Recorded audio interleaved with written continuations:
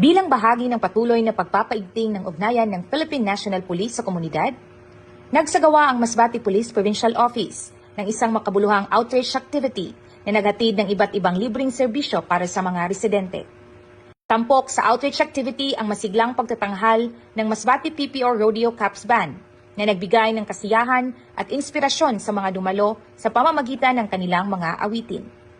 Samantala, nagkaloob naman ng libreng gupit ang mga tauhan ng First Provincial Mobile Force Company.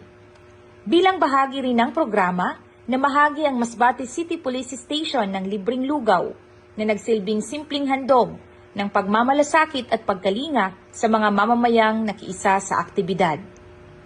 Naghatid rin ng libreng medical consultation ang Provincial Medical and Dental Unit, kung saan nabigyan ng pagkakataon ang mga residente na makapagpakonsulta, makatanggap ng paunang pagsusuri at mabigyan ng payong pangkalusugan mula sa mga medical personnel ng PNP. Sa pamamagitan ng mga programang tulad nito, muling ipinakikita ng Masbate Police Provincial Office na ang tunay na serbisyo ay hindi lamang nasusukat sa pagpapatupad ng batas, kundi maging sa taus-pusong paglingap at pakikipagkaisa sa bawat mamamayan. Ako po si Patrolwoman Franzel May E. Mesa, nag-uulat para sa Police News Network. At ito ang bagong PNP para sa bagong Pilipinas. Serbisyong mabilis, tapat at nararamdaman.